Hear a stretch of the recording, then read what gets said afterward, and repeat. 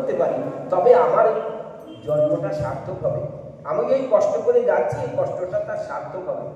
এমনই মাধবেন্দ্র কৃপা এই ভাবনা করে তিনি, আর আমরা এখন তুই এত রোগ কি করে বেরোবো, মাথা ফেটে যাবে না, হচ্ছে ঘরে কেউ নাই, গাড়িটা গিয়ে চালিয়ে নিয়ে যাবে, এই জন্য আমরা মঠে যেতে পারতাম না, একটা অনুরোধ করি। কিন্তু যারা ভক্ত, যারা ভগবান ঘন্টা উঠাবে না, এমনও ভক্ত আছে। তো মাধবেন্দ্র কৃপা কোনো অনুভব দেননি। ৮০ বছর বয়সে বিকাল